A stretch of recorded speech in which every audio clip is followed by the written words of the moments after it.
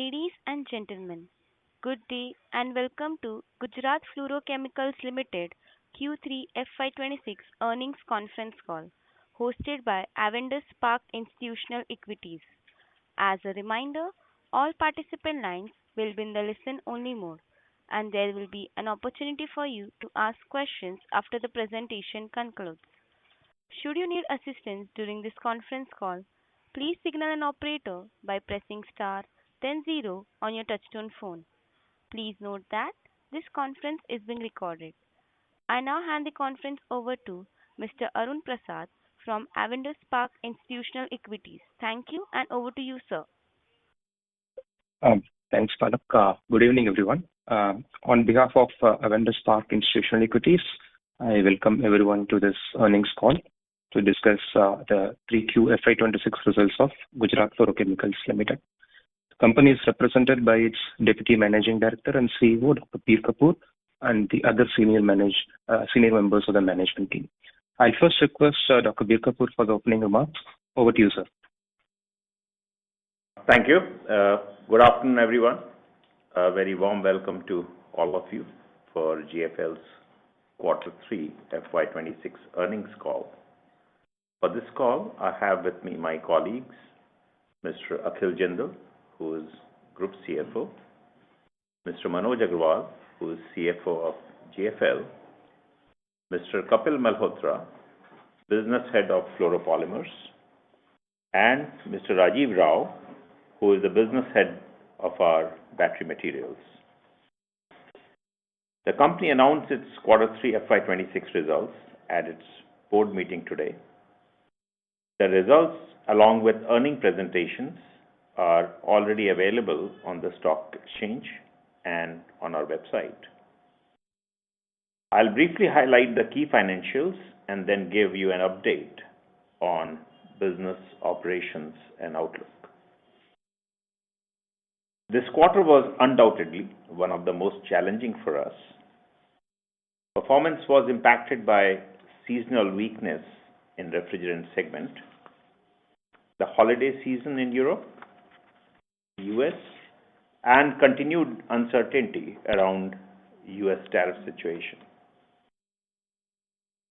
The elevated US tariffs not only affected the US market directly, but given the complexity of global supply chain, it also had a spillover impact on other regions as well. This impacted on both volumes and realizations during this quarter. That said, the outlook going forward is meaningfully more constructive. The recent reduction in US tariffs from 50% to 18% provides significant relief and restores competitiveness in one of the key export markets. We believe this structural improvement will support a recovery in volumes, better pricing stability, and margin expansion over the coming quarters. At the same time, demand in fluoropolymers remain encouraging, particularly from the semicon sectors, where global investments and capacity additions continue to be strong. This is expected to support volume growth and strengthen overall performance. We are also witnessing increasing momentum in the EV/ESS segments globally. With improving order inflows and better visibility, we are confident that FY27 should see healthy revenue growth from this vertical. Overall, the combination of tariff rationalization, commencement of R32 production, faster EV/ESS adoption provides a stronger foundation for recovery in both revenue and profitability. Let me now briefly touch upon the financial performance. Revenue for the quarter stood at 1,136 crores, a marginal decline of 1% year-on-year. In Q3 FY26, EBITDA stood at 283 crores, reflecting a 7% decline from 304 crore in Q3 FY25. This decline was primarily attributable to the refrigerant portfolio, which bore the brunt of multiple headwinds during the quarter. The most adverse pressure came from R22, where we faced a dual impact. First, the production quota reduction constrained volumes. Second, seasonally subdued demand affected offtake. Also, the delay in R32 production startup resulted in lower than expected profitability for us. In addition, R125 prices remained weak during the quarter, further contributing to the softness in performance. Despite these near-term challenges, the underlying fundamental of the business remain intact. As seasonal demand normalizes and refrigerant volume picks up, we expect improved profitability in coming quarters. Let me now walk you through the performance of each business segment. The fluoropolymer segment delivered healthy growth of 14% year-on-year, though revenue declined 3% sequentially. The quarter-on-quarter moderation was primarily due to uncertainty around U.S. tariff policies, which led to cautious ordering patterns and temporary deferment of demand in key export markets. With the recent tariff reduction, we are seeing improved customer sentiment and better order visibility. We expect strong momentum in this segment going forward, supported by structural demand drivers, particularly from the semicon industry. In the fluorochemical business, revenue declined by 33% year-on-year and 24% sequentially. The decline was largely due to refrigerant business, as explained earlier. The specialty chemical remains subdued, reflecting near-term demand softness. On a year-on-year basis, revenue in the bulk chemical segment declined mainly due to lower prices in chloromethanes and caustic soda. Let me now turn to our battery materials business, which is an important strategic focus area for us. On 5th of December 2025, the International Finance Corporation, IFC, has approved investment of rupees 430 crores in our subsidiary, GFCL EV Products Limited. This investment supports the development of India's first integrated battery materials manufacturing facility and strengthens the domestic EV supply chain ecosystem. IFC's participation reflects confidence in our strategy and execution capabilities. As endorsement of our business strategy and growth prospects in the battery materials space, another sovereign fund has approved investment of $82 million in battery materials business.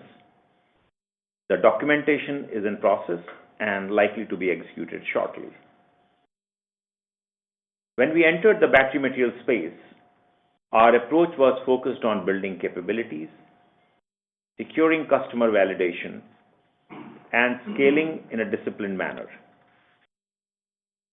Keeping that in mind, we are setting up a state-of-the-art greenfield advanced battery materials project in Oman to produce battery materials for lithium-ion batteries with an estimated investment of $216 million. In LiPF6, we have worked closely with the leading global electrolyte manufacturers and OEMs. Our product has been approved by many OEMs, and our facility has been successfully audited by key customers. Commercial supplies commenced in December 25, and we have already received repeat orders in Q4 FY26. As customer offtake increases We expect volumes to scale up steadily. In LFP cathode active material, our plant has stabilized operations. We have begun sample dispatches to prospective customers, and qualification process is progressing. We expect approvals over the coming months, following which commercial supply will commence. In fluoropolymer binders, the qualification process is progressing as planned, with commercial operation expected to begin in the first half of FY27. This further strengthens our integrated battery materials portfolio. Stepping back, we are building a comprehensive and integrated battery materials platform with established capacities, ongoing qualifications, early commercial traction, and IFCs and one more sovereign fund's strategic investment. We believe we have created a solid foundation for the growth of this new business. The battery material segment is particularly promising given the recent surge in demand for battery energy storage system, in addition to continued growth in EVs. Structural drivers such as data centers, AI, and machine learning infrastructure, and the transition towards renewable energy are expected to drive significant growth in energy storage demand over the coming years. Overall, while the current quarter was challenging, we see improving conditions ahead. We remain focused on execution, cost discipline, and scaling our new growth platforms responsibly. We remain confident in our ability to deliver sustained growth and create long-term value for all our stakeholders. Thank you, and now I open the floor for questions. Thank you very much. We will now begin the question and answer session. Anyone who wishes to ask a question may please press star and one on their touchtone telephone. If you wish to remove yourself from the question queue, you may press star and two. Participants are requested to use handsets while asking a question. Ladies and gentlemen, we will wait for a moment while the question queue assembles.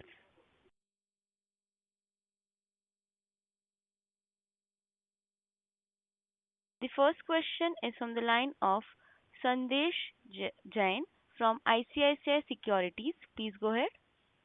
Yeah, thank you. Good evening, sir. Thanks for this opportunity. I got few questions. First, on the refrigerant gas, both on R32 and R22. R32, we said that we have commissioned the plant in month of February. Can you help us with what is the capacity we have started with, and where are we now in the first fortnight of this commissioning? What is the utilization we are looking at, and for the full year, what kind of capacity are we looking at? And what is the final capacity are we intending by December 26, where the deadline end? With this capacity already getting delayed, are we looking at 30,000, or we are satisfied with whatever capacity we have today? That's number one. Number two, on the R22, the prices appear to have further gone down as we speak in the month of Jan and Feb. In this background, how should we look at margin? Because a lot of ounce on the margin has come up from the bulk chemical and R22, which appears to have remained either weak or has only got further weaker. So this is the first comment. Thank you. Yeah, thanks, Sanjesh. I had indicated earlier that our plan was to build capacity in phases in R32. I had indicated in the last call that target is to go for 20,000 ton in the first phase. Okay. Of course, there was a setback due to the incident, and because of this, our plan got a little bit delayed. However, that delay is not significant. Our plan is to still commission going to 20,000 ton, as I had indicated earlier. Of course, at that time, I had indicated it was going to be March end. Now I expect that to be slightly delayed by a quarter or maybe quarter and a half. Okay. So our production has already started now. Of course, it took time because we wanted to be absolutely sure with respect to the safety aspects. We got it audited by multiple agencies and make sure that when we start with on a solid foundation of having a very strong safety. So having said that, so far everything is looking good. We have started it and going to be ramped up. This is, and what you said December 26, I think the number is December 27. The capacity has to be, can be added up to December 27. Okay. Of course, in the previous call also I had indicated that the long-term plan is to go to 30,000 ton, which is, or go up to our quota that has been, that we have today. So that plan still remains intact, but however, in the first phase, we will go up to 20,000 tons. Okay. Now, coming back to R22. Capacity we started right now with? It will be ramped up to 20,000 ton. It's starting in phases. It's going up right now. Okay. Got it. Okay. So coming back to R22, of course, the prices have been, low. Realization has been low, and also it's a double whammy in a way. However, going forward, we are looking at in this sector positive because of not only R32 but also 125, which prices were also subdued, and partly because of the U.S. tariff, and partly, once we have an R32, it takes us to 410 as well. So I think our outlook on refrigerant section going forward is positive from here, Sanjesh. Got it, sir. My second question is on the fluoropolymer side of the business. You rightfully said that PFA is picking up for the semicon. How about the other fluoropolymer? Because we are still, after all this effort, and there were legacy players who went out, and all those factors, we are still at 14% growth. We aspired for 20, we are still short of it. How should we look at this year and the next year? I'll add first part here, and then I'll let Kapil take over from there. The first part is, yes, when we have looked at the growth and given you the number, there were multiple factors in, which we were counting on. Of course, one of them was anti-dumping duty, where, of course, as you know, DGTR had recommended anti-dumping duty, which was eventually not approved by the Finance Ministry. That, of course, has eroded few percentage points from the growth that we are looking at. And, of course, the tariff situation has deferred quite a few of the buying decisions. Okay. So combined effect of these two, in a way, has taken, more than a quarter off from what we were targeting earlier. Over there, Kapil, please. Hi, Sanjesh. Kapil this side. Hi. So just continuing with what Dr. Kapoor has mentioned, that first was the fact that we were counting some growth coming from the domestic market itself due to the anti-dumping duty recommendations, which were actually not accepted by the Ministry of Finance. Coming to the other fluoropolymers in other parts of the world, so we have done well in some of the elastomer categories. We have grown there, taking some market share from our erstwhile legacy players who are going out. Secondly, the other thing which I had also mentioned last time is that in these applications there are always qualification times also from the customers. So they always keep some stocks from the legacy players in check, and then slowly start approving, and then once the stock reduces, they start onboarding us. So that particular process is on. So we are seeing that very steady growth coming in every quarter from the exit of these legacy players, and in elastomers or in other fluoropolymers, we continue to gain market share as and when we are getting the approval from the customers. Got it. And particularly, which fluoropolymer are we seeing a better offtake, and we may see more capacity coming in, say, this year and next year? Sanjesh, first of all, rightly mentioned semiconductor industry. You must have also seen that we were mentioning that semiconductor industry is poised to grow from start of this year, which has started happening. you must have been seeing the news in the media that chip shortages already started happening, memory chip shortages are going high in prices. So the first green shoots we already started seeing in terms of increased demand coming from our customers. So PFA is one product where I am seeing that the demand will keep on increasing as and when we keep on getting a ramp up approval from the customers. Top class quality. Yeah, and also we have invested our lot of money in terms of getting to the clean class required by the semicon industry. So there also our entire investments have been utilized. Commissionings have taken place. Audit from the customers have taken place. Some of the audits are going on. So this is one place where we really see the business growing up. The second business is obviously the fluoroelastomer business. There also we are seeing that the increased vehicle growth sales in India due to GST reduction and also income tax rebate which government gave. So we are seeing that demand in the market also converting to demands of our products also. Same way we are also seeing that with the tariff reductions in US, further automobile industry there also is doing well. So there also we expect the demand to keep on growing and giving us more business as we are getting qualifications in some of the other exotic applications. And then we are also, since it's an engineered product, so we are also getting some requirements of the new applications. That's where we have also developed some of the newer grades which are under qualifications or they have got qualified. So there also we see a growth coming in next year from these particular products, and they are high value added products for us. Got it. One last on the inventory side. We were aspiring 120 and we are exactly on the other side of it at 201.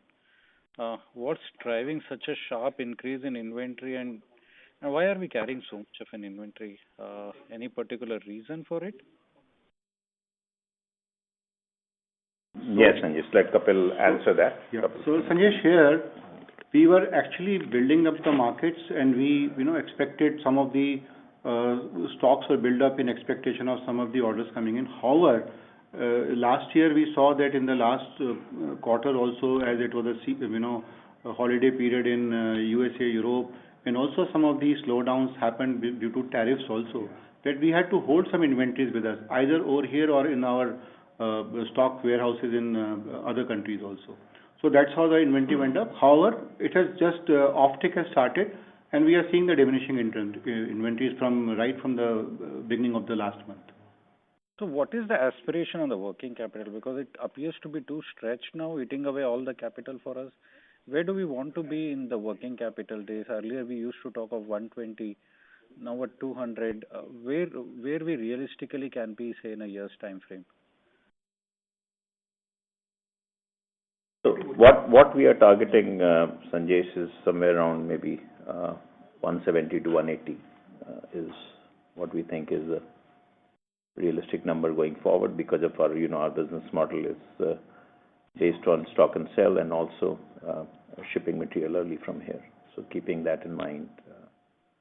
So of course it's on the higher side at the moment for the reason that has been explained by Kapil. Okay. Got it.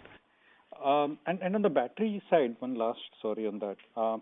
What is the aspiration for FY27? Where are we targeting now that we are looking slowly commercialization happening? How does FY27 and FY28 look for battery chemical, particularly FY27? How does the order book look like? What is the potential? What is the potential revenue we can book? I mean, it would be, let me see the way we started, Sanjesh, is we started building our first plant so that we can get it qualified and then slowly ramp up. So if you look at today, the first plants are already materials in, for example, in LiPF6 cases qualified. So our supply has started. Okay. LFP also, the plant is commissioned. We got the right quality level. It's going through the qualifications. The issue is that unfortunately in products in EV and ESS space, the qualification times are long. Okay. And the more critical the product is, the longer the qualification time. Okay. So while we expected revenue to trickle in this financial year, which is happening, We expect 27 and 28 to be a growth year for us. Okay, so it will be difficult for us to give you the exact projection of 27, but our order books for the capacity that we have built up today looks very healthy. So for the plant that are already there, we expect to get fully utilized probably by the end of this year. Okay. We have put around 1,700 crores of asset for the battery, if I'm right. Correct. What is the asset turn we are looking at? And when we say full utilization, that means asset turn we had always given, Sanjesh, on the mix. 2x. On the 2x product, and then again, some products are higher, some products are lower. So it also depends on product. Once the plant gets fully utilized over a period of time, we intend to get that, but I'm not so sure whether the same turn would be achieved. It all depends on how the different product lines are getting. No, I'm telling even if we talk about 1x kind of an asset turn, we are talking about what potential 1,700 crores of revenue in FY27. But 1,700 crores is right now commissioned at the moment. But there is also there are plants which are raised, for example, electrolytes. Electrolyte is for the Indian market, which is a little bit on the slower side, has not picked up. So we are looking at the global market, Sanjesh. Okay, some of our products are for US market very clearly. Electrolytes are based for Indian market, and as the market picks up, these capacity will get utilized over a period of time. To just be more specific, how many orders are commercially approved for us, as in LiPF6, in LFP? How many of the customer has commercially approved us? See, LiPF6, we have several approvals. Let me put it this way, okay? Because multiple electrolyte players have visited us, including OEMs, okay? And typically, the way it happens after qualification, the supply is ramped up in a phased manner. Okay, so that process has started. That's a very good part. That there is a confidence of customers on our capability to deliver, and that ordering process has started. Okay, and we expect this to continue to grow. LFP is at very early stage. It's just got plant got commissioned. We just got the quality. The samples are being sent out. So while I can say that we have a very clear visibility to order for the capacity that we have right now, the qualification time will take a few quarters, and then the revenue stream will start coming up. So will it be fair to assume that only LiPF6 as a revenue will be booked in FY27? FY28 is when LFP will start, and electrolyte, with how the India picks up on the battery side, is how one should look at it, right?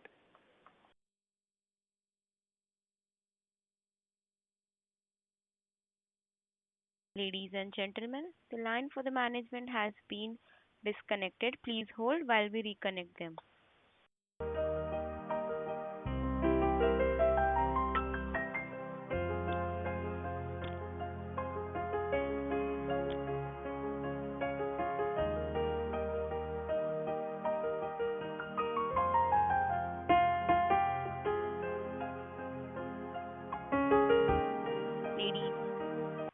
Ladies and gentlemen, the line for the management has been reconnected.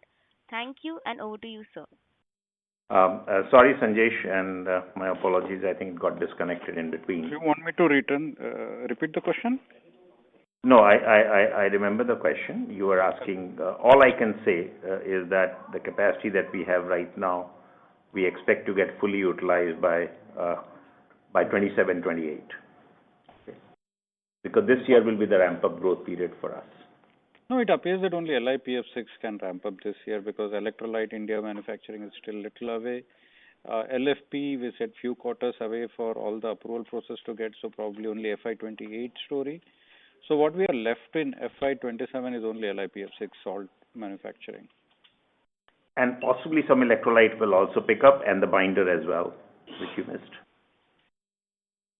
Got it. No, that's... Because binder is at the final stages. The commercial trials are going on right now in the customer factory. It's going into the commercial cars right now as we speak. So that will be expected in the second half of this financial year the order book to come, orders to be we'll start shipping up orders for PVDF.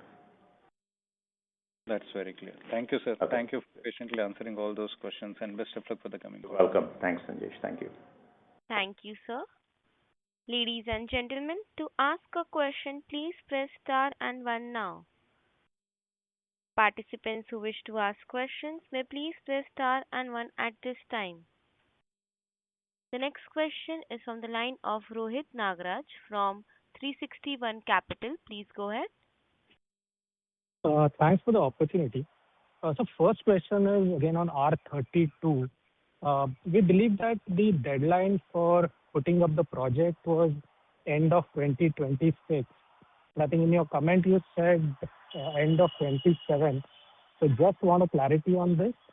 And a light question to that in terms of market for selling R32, which markets are we looking at? Is it domestic, export? And if it is both the markets, what kind of mix at optimal utilization that we are looking at? Thank you. My understanding, Rohit, is that it's December 27. Okay, I'm confirming it internally here right now. However, for putting the capacity, because we already have a quota, of course. And the second part that you asked is R32, of course, we are looking at it as global market access, because we are into a very sweet spot with R125 also with us. So we are looking at R32 and R125 combination 410 plus R32 alone. So it's going to be both global as well as. Sure, got that. So Okay. second question is So there are just a clarification that I've received, Rohit, that the quota has to be confirmed by end of this year, but the plant can be commissioned in December 27. And we already have quota, so we can commission the plant by December 27 of the quota that we already have access to.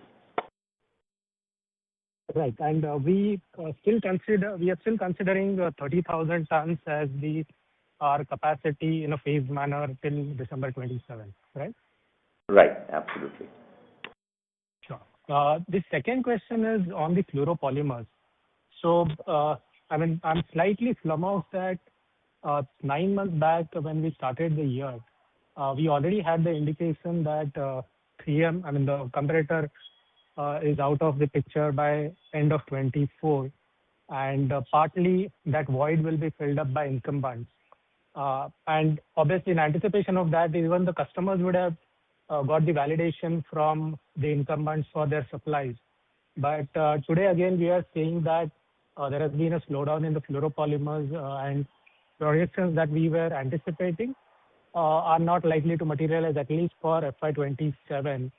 I understand the US part, tariff part attached to it, but again, I think the large part of the market is Europe. So what has changed suddenly in terms of last 3 to 6 months?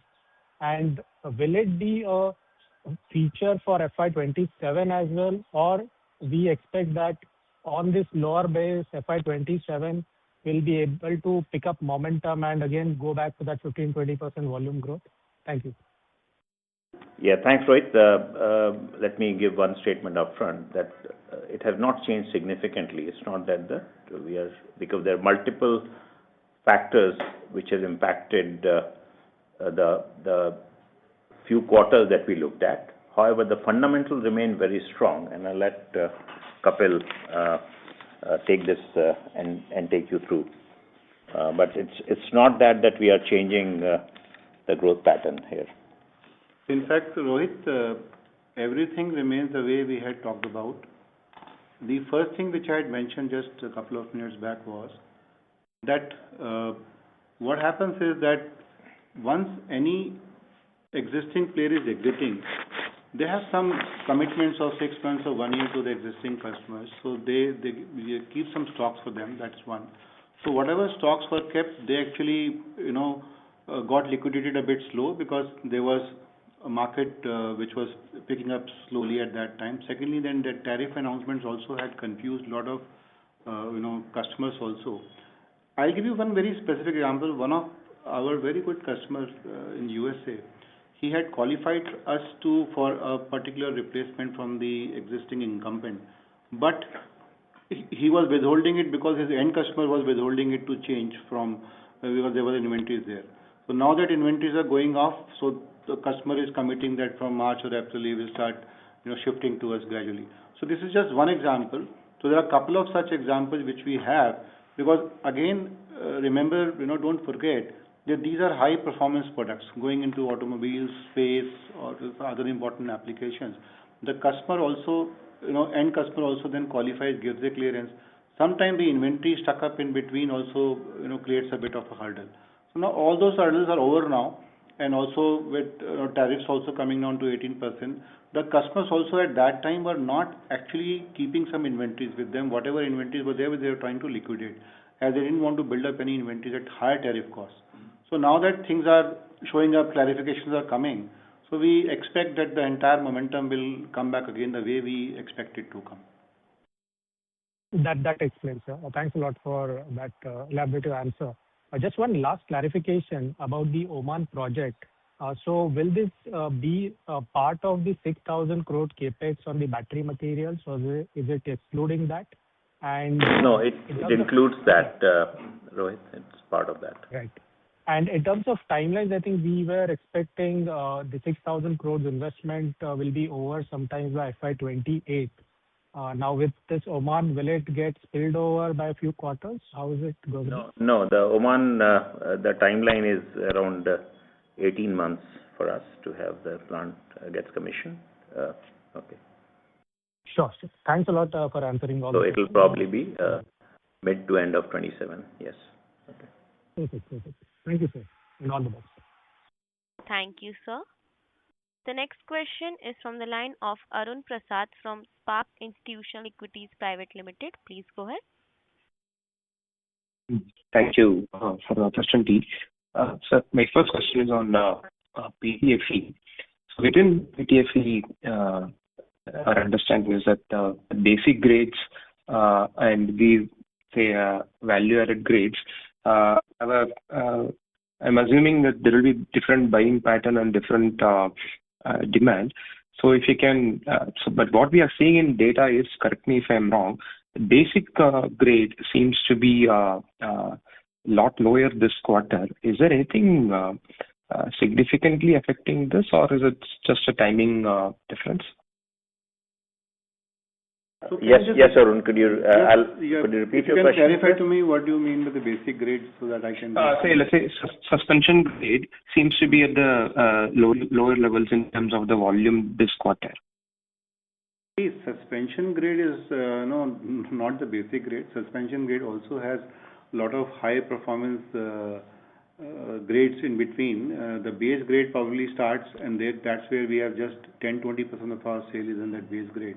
The rest 80% is into the higher performance grades. So as we had mentioned around last quarter, where we had seen that our realizations also had become better, and that time we had mentioned that what target we were having of shifting the towards high performing grades. That process is on, and that's why we are converting everything to the high performance grades, and that is what is reflecting in our business also. But we don't see corresponding growth in the volume in the other grades as well. So what am I missing, sir? See, one thing which we also mentioned was that we were expecting the anti-dumping duty in the domestic market to come, but unfortunately it did not come. It was supposed to actually be through by December or something, but Ministry did not accept it, Ministry of Finance. So in fact we were expecting some volumes to grow, and in this quarter also, but that is something where now we'll have to relocate ourselves, that whatever volumes we were reserving for that, we are now trying to find more lucrative markets so that we can park our material there. All right, understood. Is there any limitation in your overall capacity if we say do more of emulsion and less of suspension? And are we already there in that level? No, we do not have any capacity limitations. In fact, we are also doing some demodeling wherever we feel that some of the grades which are giving us better realizations, So we are adding some kind of small balancing equipments to enhance the capacities to even serve those more volumes better. So as such, there is no capacity constraint, but we are doing our balancing of the equipments to see to it that we go to higher value-added products. Secondly, on our R22, because we are seeing continuous reduction in the volume that we can place. What are our alternate plans to utilize this excess available, say, TFE going forward? Right now, I think it's not an issue because the available TFE we have, which is what is required, so which we can expand, and R22 availability also is there for us. So as far as the backward supply chain for PTFE or fluoropolymers, we do not have any issue, Arun. I don't know. So everything now depends upon the end market recovery. So till then we need to kind of run at a lower utilization levels. Correct. Understood, sir. My second question is on the LFP capex announced, this 216 million. This is the total capex for the entire site, or is it phase-wise? It's a phase-wise. This is the first phase which we are doing right now, because the site has a very large potential to grow further. This is the first phase of investment. And then what kind of demand this site can meet in terms of size? We have not shared the numbers yet in terms of the capacity and the product details, which we'll probably do it in due course. So we are holding on to that information as of now, of course, for the obvious reasons of because we are now this is probably for the global market, and we are trying to make sure that it should not, we do not lose any competitive advantage by giving some numbers like that. Just make us understand, sir, what kind of competitive advantage we have in versus say other geographies, even versus India. So, I mean, how competitive in terms of capex per ton and opex against say Chinese or other competition in say Europe? See, of course, as we had always said earlier, also that focus of our market, of course, is the U.S. market. And Oman as a location is on a sweet spot because it has a FTA from US, and of course we have also signed an FTA with India. Oman has signed FTA with India. So I think from that perspective, I think it has a certain strategic advantage. And there are other advantages as well, which would be difficult for me to share a lot more details. But definitely it has a lot more strategic advantage for us to be there. Okay. Is the capex competitive to say a Chinese plant? That is what I'm trying to understand. For the scale that we are putting up here. Yes, it's in the same line. How disadvantaged or how better we are? Of course, the Chinese capexes are of course right now the most lowest efficient. But however, it's not very far from that. Okay. So it's obviously Oman being a country where we'll have to bring all the equipment and machinery from outside. The capexes are expected to be higher, but nevertheless, when we look at the entire OPEX and CAPEX combination, I think it has a strategic advantage for us. Understood, sir. And finally, on the LiPF6, are we looking to sell mostly in these spot markets? Because now with the LCE price going up, salt prices also seen good traction. So will this be a benefit for us, or have we locked much of our capacity or whatever in terms of contractual prices? I'll let Rajiv handle that, but just to tell you that a lot of the pricings are sort of a formula-based pricing. So, Rajiv, you want to answer? Yeah. So most of our LiPF6 pricing with our customers is based on a formula with lithium carbonate as a reference. So as the lithium carbonate fluctuates, so will our LiPF6 pricings, and our margins will be intact. That's the way we have structured our contracts, and our customers also like it, so they don't have the volatility of LiPF6 pricing going very high or very low. That's the way we are operating. But having said that, Arun, the Chinese prices were very low. They were sinking. However, we have always said, I said it in earlier calls as well, that our price points, of course, are very different. We are actually a non-PFE supplier, which gives a certain advantage, not only on accessing customer base, but also on the price points.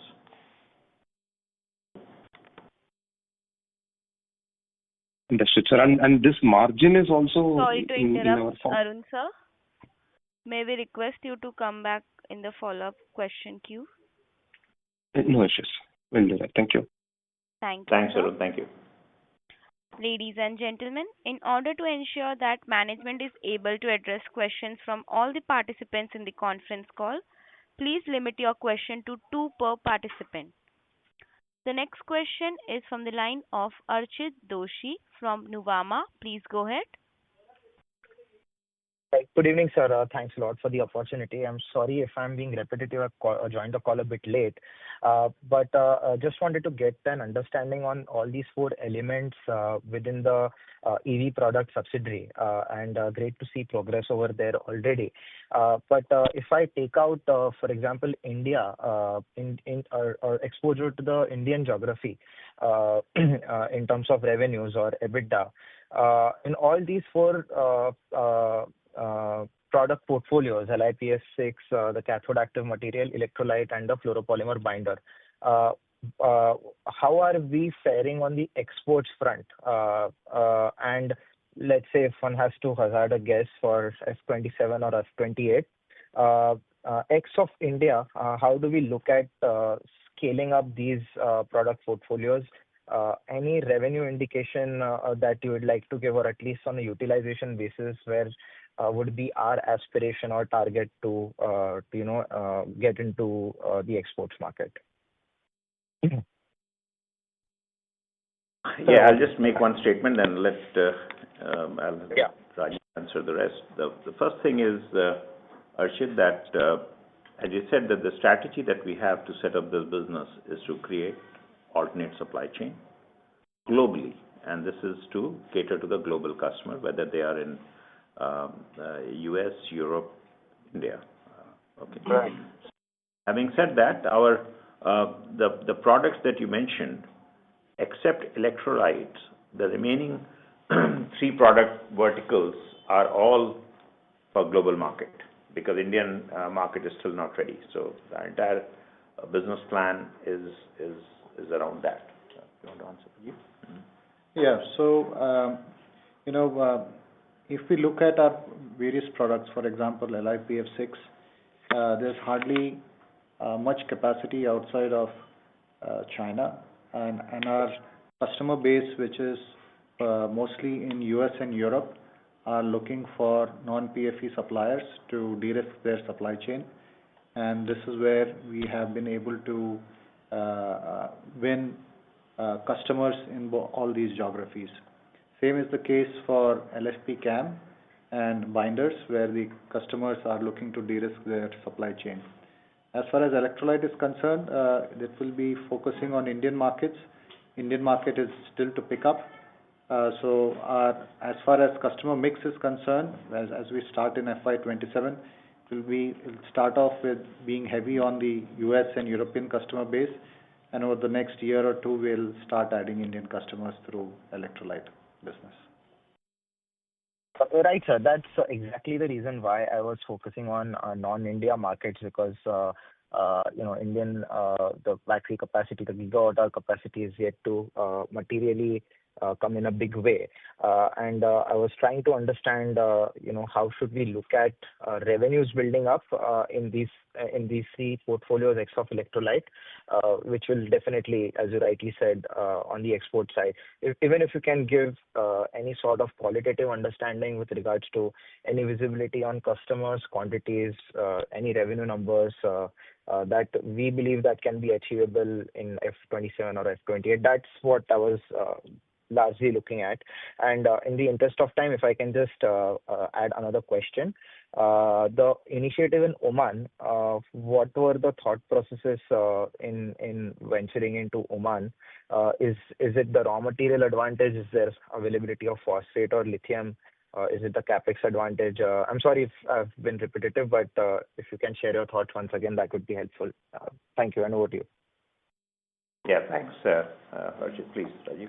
Yeah. So, the capacities that we have put up right now, the way I would like to answer your question, and we have responded a little bit earlier, is going to be utilized. The utilization is going to increase in the coming financial year, and by the end of the coming financial year, our current capacities will get fully utilized by supplying LiPF6 binders and CAM to the US and European market. And as far as electrolyte is concerned, that will happen by the business is likely to start by the end of coming financial year. Does that answer your question? Not really, sir, but would we derive a decent amount of revenues at least from this, even if you don't want to, point out a revenue number? What I'd like to understand at least is that we'll have some revenues coming into the subsidiary F27 and onwards. Of course, yeah. So, like we mentioned earlier, for binders, we are at the final stage of qualification. So, by the second half of financial year 27, we expect that business to get going fully. For LiPF6, we already started getting orders in December of 25, and we have got repeat orders for Q4 of FY26 because we have approvals from major electrolyte players, global electrolyte players, which serve the US market and therefore are consumers of LiPF6. So that business has already started and is going to pick up steam right from the beginning of FY27. So there is going to be a revenue stream for salt from the beginning of the financial year, binders from the second half of the financial year, and LFP CAM also is going to start somewhere in the second half of financial year 27. So there is going to be an increasing revenue as we go into FY27, and FY28 all our capacities will be fully utilized. Sure, sir. So one final bit on the Oman bit, if you can address that question as well, that would be my final one. Thank you and all the best. Yeah, on Oman front, of course, there are, as I mentioned in an earlier question, that there's a certain advantage we have because of the location, because that geographical location gives a certain advantage in terms of the, supplying from Oman has tariff advantage in certain markets. Also, accessing raw materials and skill sets in Oman is easier. So it's lot. So there are definitive advantage of setting up a facility in Oman. Okay, that's the reason. And looking at again at a global market and creating a supply chain which is at a scale which is globally competitive. Sir, any raw material advantage there? Availability of phosphate or lithium, or there are nearby? Not at the moment, but yes, it will eventually happen over a period of time because there's an entire ecosystem which is being set up in that region. And of course, energy costs and prices are we have certain advantage there, with the gas as well as power. Right. Sure. That's it from me, sir. Thank you and all the very best. Thank you, sir. Thanks, sir. The next question is from the line of Ketan Gandhi from Gandhi Securities. Please go ahead. Yeah, sir, it's regarding infusion of capital by Oman government. They have invested in the subsidiary of GFCL EV, the Oman part, and previous all investment happened in GFCL EV India. Is there any valuation difference, or this? If you want to share, it's well and good. Yeah. So both these investments are coming in convertible form, where they are linked to the certain milestones on the IPO that way. So there's no fixed valuation neither for the IFC investment in India nor for the sovereign fund that is going to invest in the subsidiary in Oman. So they are more like a convertible instrument which will have a fixed return, is linked to the certain milestones. So okay, but it's a equity portion only, not the debt. Yeah, it is absolutely an equity with no put being given by the parent or any other company, with no buyback commitment, nothing. It's a purest form of equity.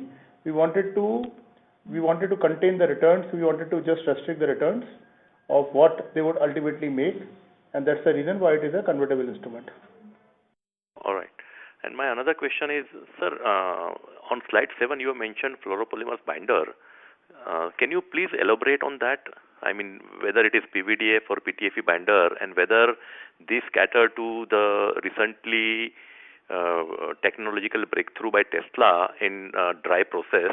I'm not telling that we will be supplying to Tesla, but just to understand that this will be of that grade whereby our PTFE binder can be used in the dry process. See, right now, the binder which is mentioned and which is at the final stages of qualification is PVDF binder. PTFE binder is also being tested as of now. So we have capability to produce both PTFE as well as PVDF. The business will first start, what we have mentioned is from PVDF.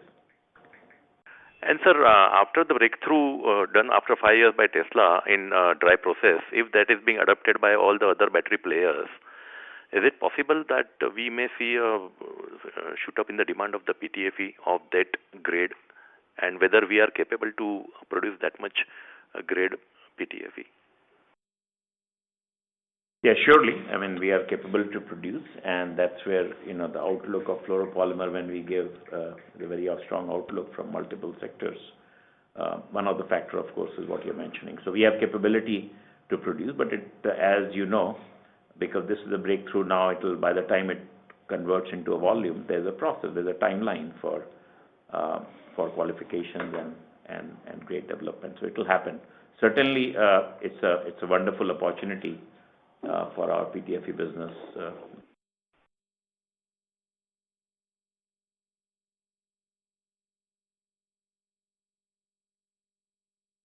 Ketan, sir. Thank you, sir. The next question is from the line of Christian from JM Financial. Please go ahead. Yeah, hi, sir. Thank you for taking my question. Just two from my side. First, a clarification. Did you mention that you will be able to put up R32 capacity by CY27 end? We said that CY20, the entire capacity that we have quota allocated to us. That's what I mentioned. So you can not the 20,000 that I had indicated earlier. Yeah. I mean, I was asking like the 32 capacities have to come up before CY26 end or CY27 end? No, we are already started our first phase of R32 capacity, which I had mentioned in previous calls. Mm-hmm. Initial capacity that we are putting up is 20,000 tons. Okay, and this we were supposed to do it by the end of this financial year, which got delayed, and then eventually. So what we'll do is we will commission this capacity very early in this calendar year, and then subsequently the second phase, the other capacity will be planned. Okay. So the second phase, by that, so I think you produce close to 19,000. That we have not really indicated any timeline for that, but of course, if it has to be done, we'll do it prior to December 27 as per the requirement. That is what I was checking. What is the requirement? Has to be the plant has to come up before CY27? Is that the requirement? The plant has to come up by CY27, correct. The quota has to be, but whomsoever has to receive quota, that will happen by end 26, but the plant capacity cannot come up by 27. So far we already have a quota. And Okay. Yes, go ahead, sir. yeah, so that's what I was saying, that we already have, still have not reached our quota limit by 20,000 tons, so we still have a quota available to us. So we will, in the second phase, we will see what all capacity based on the market requirements and other scenarios. We'll take a call, but we have time till December 27 to add capacity. Okay, and just the last bit on that, so you produce close to 19,000 tons of R22 during CY19. This is my understanding. Correct me if I'm wrong. 65% on GWP basis translates to close to 32,000 tons of R32. So is this the entitlement you intend to use for the phase 2, which has to come up before CY27? Yes, that's indeed one of the numbers, yes. Understood. Okay. Thank you. Thank you so much. sir. Thanks, Krishan. Thank you. The next question is from the line of Rohit Nagraj from 361 Capital. Please go ahead. Yeah, thanks for the follow-up. So under the fluorochemicals vertical, we also have the fluoro specialty which goes in for pharma agro applications. We haven't heard on this part of the piece since a fairly long time, given that we are more focused on the downstream of fluoropolymers as well as the battery chemicals. So is there any revenue contribution coming in, and whether the margins are in line with our company-wide margins, and whether there is any focus on this, or probably this will just stay as it is for the time being? Thank you. As of now, Rohit, we do not have much focus on that particular segment. So we have certain products which are continuing, which we intend to continue, of course, and those have been picked up based on certain margin expectations. So we are not really investing in that segment as of now, because there are so many other opportunities that we have. So we are so far not focusing much on that particular segment, but that of course has a revenue contribution which is included in the vertical that we have shown in our presentation. Great. And just one last clarification on the IFC fund front. So have we received the funds, or will be receiving in near term? Yeah, that the necessary compliance with respect to that IFC disbursement is all done. There was an AGM which was to be done for the shareholders of EV, plus other statutory requirements. They are all complete. The funding should be done pretty shortly. I mean, maybe in a week's time or so. Okay, that's all. Thank you. All the best. Okay, thanks, Rohit. Thank you. Thank you, sir. Ladies and gentlemen, that was the last question for today. I now hand the conference over to management for closing comments. Thank you so much, and let me close this call reaffirming our growth plans. Fluoropolymers continue to do well despite some temporary hiccups, be it the US tariff or demand from some of the industries getting pushed forward. Our long-term growth and plans are firmly in place for fluoropolymer business. EV business, as you see, is shaping up very well, and we are on track to achieve our guidance there. There's a huge interest from the customer worldwide, and we are emerging as a credible large alternate supply chain partner for most of our customers outside of China. The large global marquee investors' participation in GFCL EV re-emphasizes the deep value in this segment. The biggest dent this quarter has been from the refrigerant segment, mainly from the volume and price dip of both R22 and R125. We believe this should recover going forward. Also, the value creator for us this year going forward in this segment will be R32 sales ramp up, which we are expecting to start from Q3, which has now been pushed to Q4. So with this, I would like to thank you all for your interest in GFL and GFCL EV, and appreciate you being part of this call. Thank you very much. Thank you, sir. On behalf of Avendus Spark Institutional Equities, that concludes this conference call. Thank you for joining us, and you may now disconnect your lines. Thank you. Thank you. Thanks.